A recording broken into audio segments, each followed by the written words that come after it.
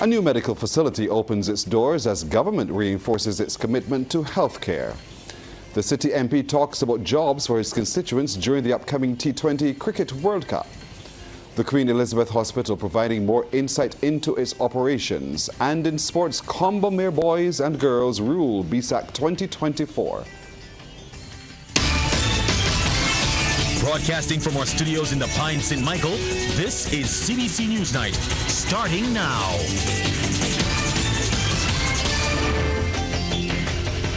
Good evening, I'm Pearson Bowen. Government will continue to work with private providers of medical services to ensure the needs of Barbadians are met.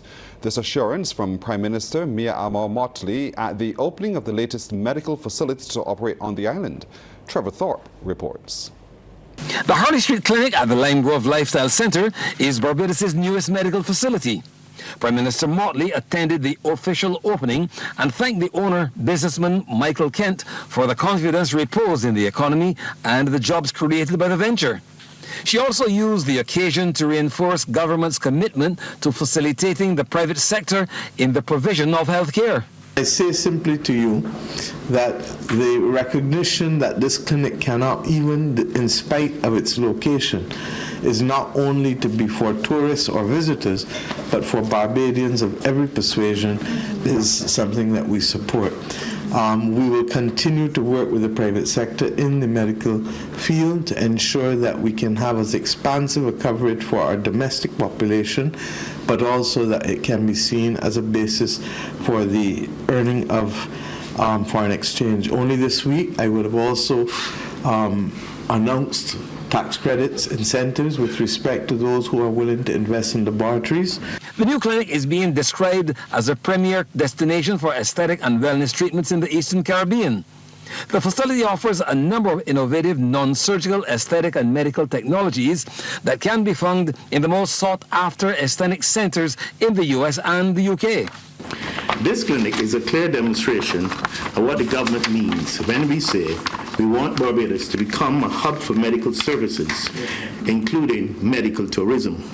For us, it means that locals and those from across the globe, when thinking about their medical care, will consider Barbados as one of the options.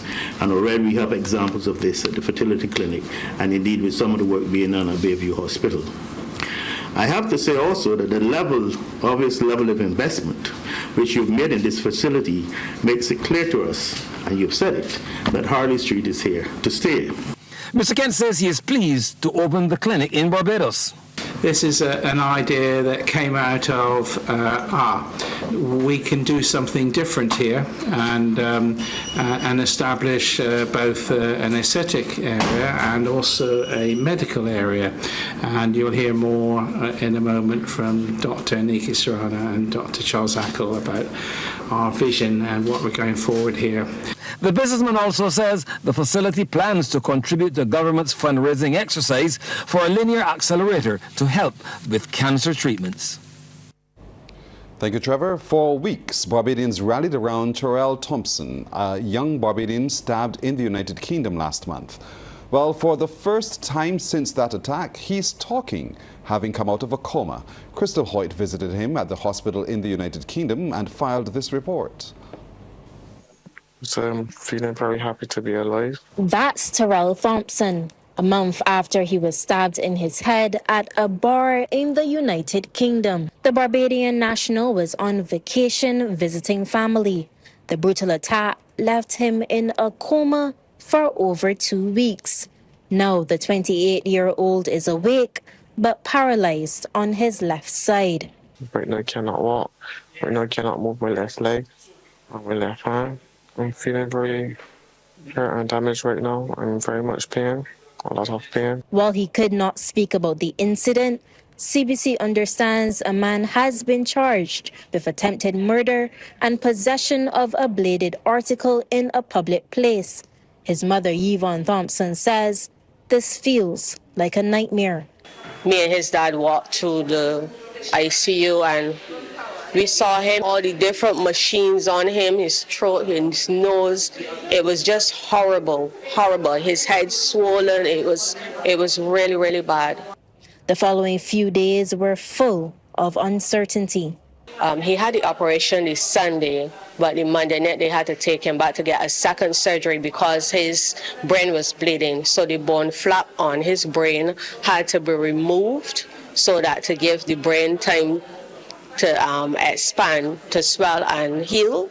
So that's why he was put in the induced coma.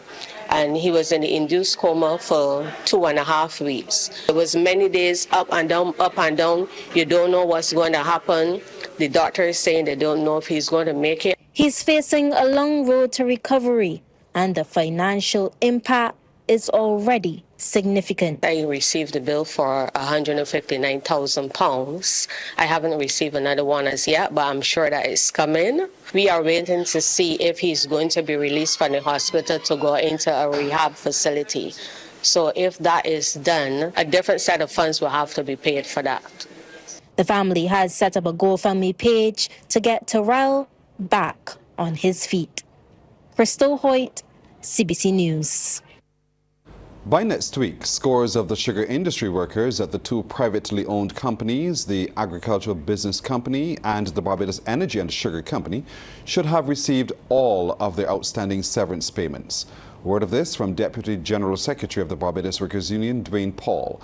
He says this follows successful talks with the company's management as well as the chairman of the Barbados Agricultural Management Company. Mr. Paul considers this the start of doing right by the many hard-working employees within the industry. The Barbados Workers Union, after engaging in discussions with the management of BSSAC, ABC Limited and the chairman of BAMC, understands that the staff members have now started to receive the outstanding severance payments, and we expect that probably by early next week that this process should be concluded. We believe that this marks a significant achievement in terms of the discussions and the work done by the union and the management in terms of doing right by the workers of the industry. Mr. Paul says with contracts for full-time employment on the horizon, he is positive that it will empower workers to become owners and, as a consequence, help to reshape the industry. We also expect that by the close of the month, we should also have the matter of the contracts for full-time employment also completed, thereby clearing the way for the workers who are to become owners to really move forward in terms of this exercise in reshaping and refashioning the industry. So we are pleased that we have reached this point, and we look forward to working with the management of ABC, BSSAC, to further develop and improve the conditions for labor in the sector. Following discussions with the National Organizing Committee, over 1,200 jobs will be made available for city residents ahead of the upcoming T20 Cricket World Cup. That's according to Minister of State in the Attorney General's Office with responsibility for crime prevention, Corey Lane, who is also the Member of Parliament for the city. Corey Alexander Lane, JP MP, is a happy MP this morning as it relates to World Cup. I said a few weeks ago I was disappointed, and the fact is I was disappointed. Some people were happy and some people were pleased. But the fact of the matter is, right after making those statements, the National Organizing Committee reached out to me. We had a number of meetings, and I am happy that over 1,200 jobs will be provided for persons in the area.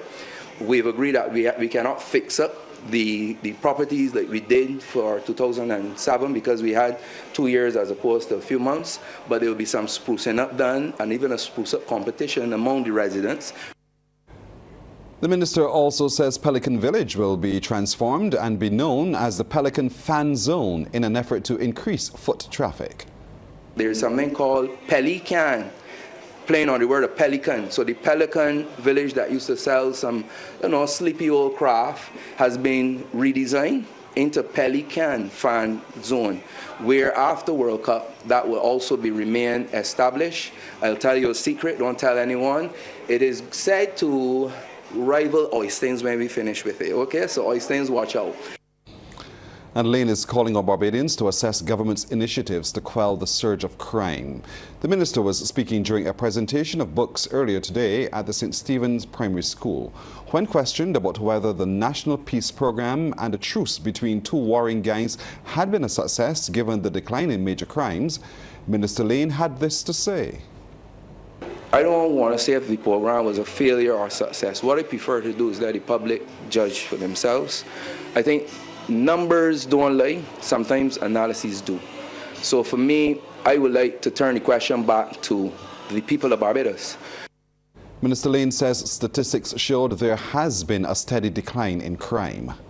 You can look at the numbers and see that over the years we were averaging in the 40s in homicides, and you would have noticed that we were doing about 15 in every 100,000. That's how it's measured globally in terms of the homicide rate. You will see that at the end of last year we were at half the murders, less than half, 21 murders, 21 homicides, which puts us at 7 in every 100,000. So for me, I won't want to give the analysis. I would like for people to look at the numbers and judge for themselves. Coming up, the public being given more operational insights into the QEH. The Queen Elizabeth Hospital, through its newsletter The Pulse, is not only giving Barbadians an insight into what's happening at the hospital, but will be using that medium to educate Barbadians. Chief Operations Officer Dr. Christine Greenidge is optimistic the outreach will pay off. She was a guest on Morning Barbados. We want to use some of the data that we know exists in Barbados in terms of the disparities or the access of healthcare services.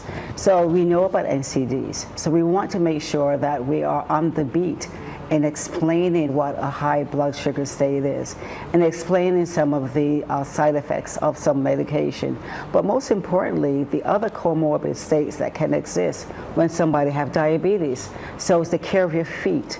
And I also, I'm sure a story with Shane that part of when I'm out there in the public, when I'm not at work, I observe people. It's something that I take a passion in. And what I've noticed is that footwear, I see a lot of Barbadians in slippers, and especially the elderly, and I get concerned. Well, several activities, meanwhile, have been taking place as the QEH marks its 60th anniversary.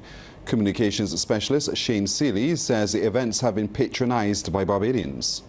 We have been busy at the Queen Elizabeth Hospital, and last week especially because a number of things came together. It's Colon Cancer Awareness Month still. It was Glaucoma Week, and then our clinical risk department had a slew of activities for the week. I'm talking about inviting Spinny down to take us through some of the paces. That was really, really exciting.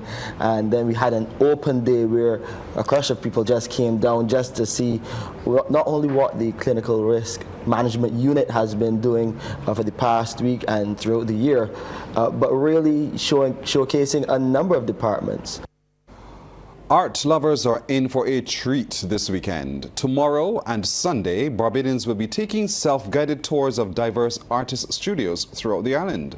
Through Artist Studio Tours Barbados 2024, 44 artists in 27 studios will open their galleries to allow the public to view and purchase art pieces. Artist Michelle Durant, who will be opening her studio at Rockley Christchurch, says the aim of the initiative is to get Barbadians interested in art. Some artists are sharing studios because some people's homes are not you can't fit as many people touring through, so everyone opened up and shared so that we could include everyone.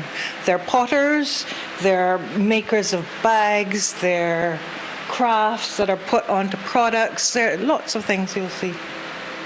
Ms. Durant says the event would not have been possible without the support of businesses and government agencies. A Barbadian descendant is the first black stadium tour manager at Emirates Stadium in London, the United Kingdom. Tishan Cozier is hoping his story of breaking barriers and defying the odds will inspire many. Krista Hoyt is a part of a press tour funded by the British High Commission and filed this report. From humble beginnings to the Arsenal Football Club, a global team playing at the highest level, this is how Tishan Cozier is leaving his mark. I am the Stadium Tour and Museum Coordinator at Arsenal Football Club. I've been with this club for 9 years and I'm a Barbadian descendant. So my family are from Barbados, my grandparents and my mother. I actually was born in London, in Islington. I ended up living in Barbados for on and off for 9 years, came back to the UK in 2004. When I came back to the UK, black people were not really seen as people that were football fans because football is a predominantly white sport. And the older I got, the more I realized that football is a diverse thing. And Arsenal Football Club is one of the most diverse clubs in the world. We actually became one of the first clubs to have their first full 11 of black players. Despite this, he admits that there have been some challenges. From the time I joined, I was one of only 4 black people in the department of over 70 people. Now, in my first 5 years here, it was kind of tough, not for the reasons that people think. There was no racial tension, but there was an unconscious bias because black people are not really seen as football fans with a lot of football knowledge. I became the first black manager in the stadium tours department in 18 years of this football club existing at the Emirates Stadium, and I am the only black manager to ever exist from a Caribbean heritage in the department as well. He hopes to inspire the next generation of Barbadians interested in pursuing a career in sports. Even if you don't go into it from the playing aspect or the athlete aspect, there's so many avenues you could branch out into, from the admin side to the tourism side to the media side, any sort of avenue, because football and sport in general is a global thing. While he hasn't had the opportunity to return to Barbados as yet, he has the fondest memories. I'm a massive music fan. So growing up, my first recollection of Barbados was obviously Doom and Day in the crop over season, and being able, actually, I remember when I was 6 or 7, my cousin gave me a tape of the old school soca songs. So I remember that year was they had songs from Lil Rick, Down Behind the Truck. They had Crossfire Down the Road. They had songs like Sweatin', Obadeli. I'm a big Crossfire fan. That is my favorite band out of the entire universe. Cozier says Barbados will always be home. Crystal Hoyt, CBC News. Made possible by the British High Commission. Sports Night is brought to you by Power Aid. Pause is power. And by Dasani. Live first, Dasani after. If Anne-Marie was here today, oh my goodness, I don't know how we would get through the door. Mark, good evening to you. Very good evening, and we're glad that Shane Jones and Shane Seeley are no longer here either. If not, we would not hear the end of this. Very good evening. Combermere are double crown champions of the 2024 Dasani Power Aid BSSAC Championship. On the final day of the meet today at the Usain Bolt Complex, Combermere won the boys section with 285 points, 48 ahead of Harrison College with 237, while Christchurch Foundation were third on 213.5. Now, in the girls, Combermere took the title with 279 points. St. Michael were 19.5 points adrift in second place on 259.5, while the Allen School third, 216. Combermere athletes featured in many finals today, including the under-17 and under-20 200 meters. And they're away for the under-17 girls 200-meter final. The showdown here: Springer, SMS, Aline, LVS, Combermere, Queen's College, Princess Margaret, Christchurch Foundation. Queen's College doing really well. That's Kayla Hines. She comes off the curve first, but in next door to her, lane number 3, that's Lemaya London, who comes to pose a challenge. It's London, but holding all the pace right now is Queen's College. Kayla Hines is going to win this one. Kayla Hines wins it for QC. Set. And they're going away for the under-17 boys 200-meter final. Combermere, LVS, the Law School, SMS, Ellerslie, Corrigan, Parry, Princess Margaret, Harrison College. Look off the curve. Giovanni Lee takes it down to Kai Bruce. Lane number 3 straightens up. His chest is up and he's pumping. Let's see how this one shapes. The SMS going well. And Ethan McCollum. Giovanni Lee is coming late. Giovanni Lee is coming late. Ball across the line to Kai Brewster. And it's the under-20 girls going away for Valentine Lewis, Bentham, Clark, Archer, Hope Nichols, the Law School, SMS, Alexandra, Combermere, Corrigan, Parry, Princess Margaret, Harrison College and Springer. They come off the curve, running at lane number 5. Somebody got up and is blocking our view. Now we come into lane number 5. They're looking sharp. That's Shayla Clark. Ariel Archer is making some move. Here comes Archer. Is she going to win it? Ariel Archer. Ariel Archer for Princess Margaret wins it. And they're going away for the under-20 boys 200-meter final. Spencer Gaskin, Maynard, Green, Straker, Hainsbourne, Johnson, Rose. Let's look at Aragon Strake in the middle of the field, representing Combermere School. Kieron Haynes has a challenge on the border, but look at Aragon Straker sprinting away from the K School. Shut the shot, Bridgetown all over again. He's at Bridgetown, their whole town. It's Aragon Straker, 200 champion. Of note, no track records fell at this year's meet, but there was keen competition throughout, including the under-13 and under-15 400 meters. It's Rajada Hines with about 150 to go. The record 59.74. Watching the clock, 38 and change. Let's see if she can attack. It's Rajada Hines with 120 to go. Representing the Alien School. She's in lane number 4. Rajada Hines on the runway. She's going to land a big one. 51 and counting. Can she get close to that record? 55 and change. Rajada Hines of the Alien School. Can she bring the record? It's cutting it close. No. Just under the record, but Rajada Hines superb. 1 minute 02.06. Very easy. You can see SMS in there. That's Brent Lashley. He's run a little bit blind in that lane number 5. We can see Queen's College is just there, and how things will shape up here, we'll wait and see. But they're closely bunched. We've got a 4-man breakaway, and I can see the athletes representing Combermere School. Aeon Adriel Morgan of 62.64 coming into this one. They round the curve and hit the front, and in lane number 3, that's a Reese Knight of Christchurch Foundation being challenged by SMS Brent Lashley. Brent Lashley goes past him. Brent Lashley will win the under-13 boys for 100 across the line now. Up the back stretch, look at Springer Memorial go to work. Liana Green, and she has taken them to task. Corrigan Parry fighting back. That's Alana Bradshaw. Let's see who can close the gap. Combermere is coming really well. That's Savannah Thorne. She looks true to form. Thorne right on the cusp of doing something special here in this under-15 girls 400 final, but the sprinting power on showcase here of Liliana Green. She's running blind, but she's running hard. She's out in lane number 6. Liana Green, she turns for home and has enough power. Her chest is up, arms are swinging, the rest are beaten. Green just has to hold on. Does she have it? Does she have enough left in the tank? Liana Green, Spring Memorial, they're going to win the under-15 girls 400 across the line now. Fight on for second. So the under-15 boys 400 meter final is underway. Parkinson, Queen's College, Harrison College, Allen School, Combermere, Frederick Smith, and St. Leonard's boys. They've got about 250 to go in this one, and already look at the pace. The athlete Azario Stout of St. Leonard's boys, he's really running hard. He cannot play around in this one. Toshe Foster of Frederick Smith is tracking him, but look at the lightning speed of Azario Stout of St. Leonard's boys. Comes in with a 57.58, but somebody gave that kid a Lucozade because he is motoring at the moment. Could it be Lucozade or Power? We don't know. 37 and doesn't run out of gas on the outside. Yeah, he's fading a lot. Here comes lane number 3. That is Kenny Robinson of Harrison College. He's faded. That is Stout is faded. Now it's Robinson to go to the front.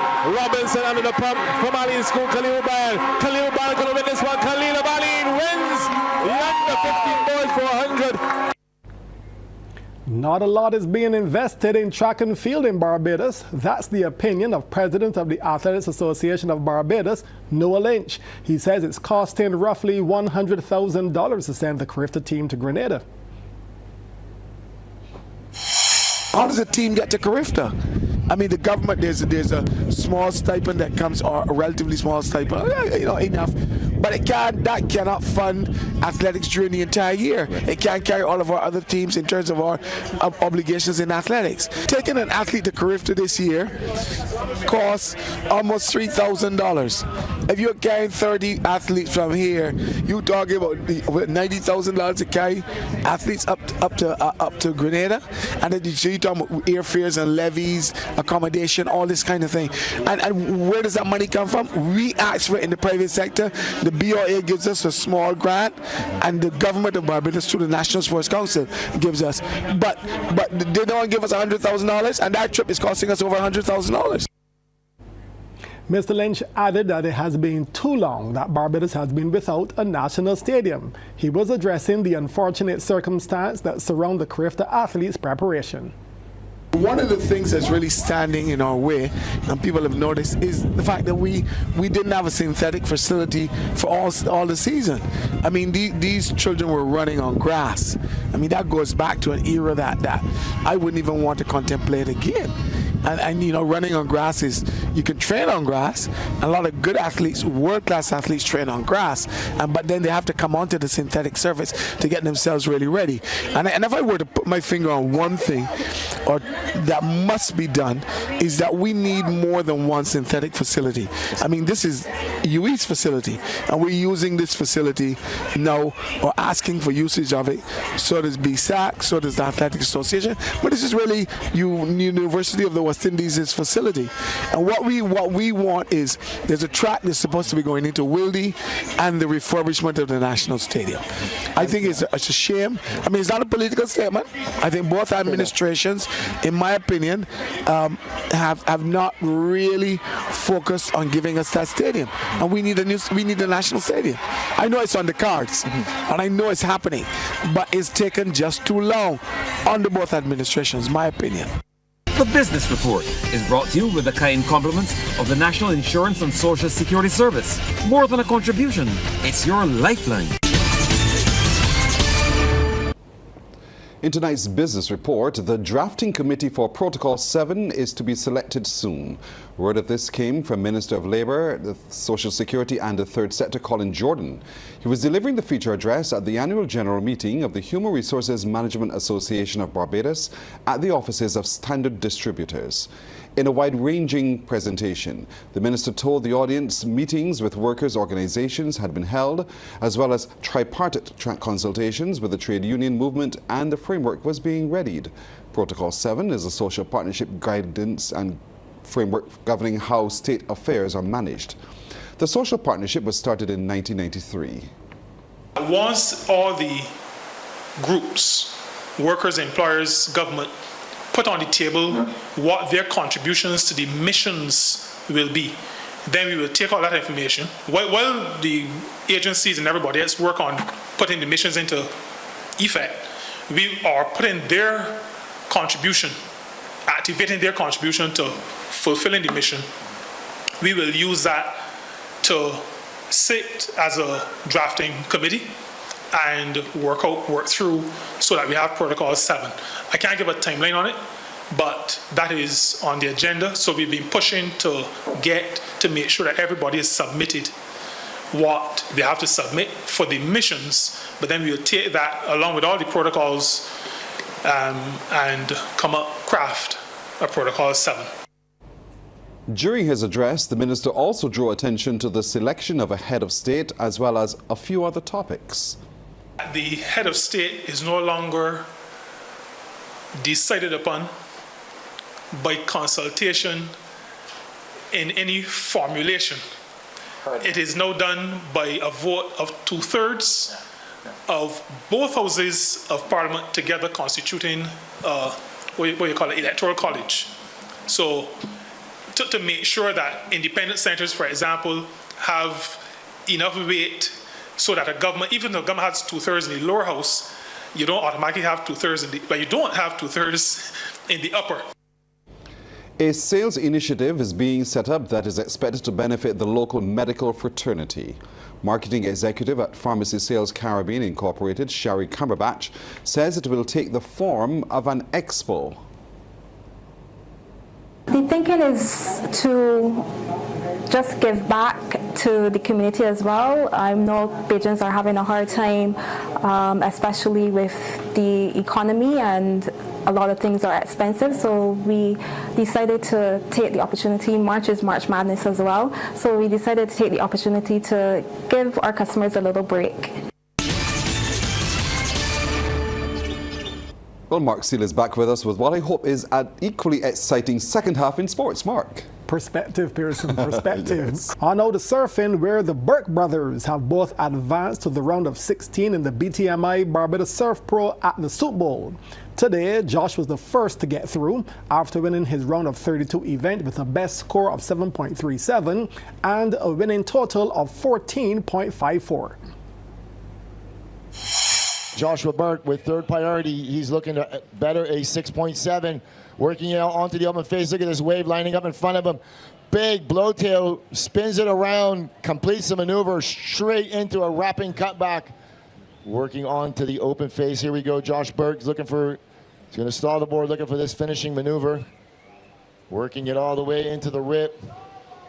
And he finishes it strong on the inside. Let him hear it, guys. That's Joshua Burke. I started early.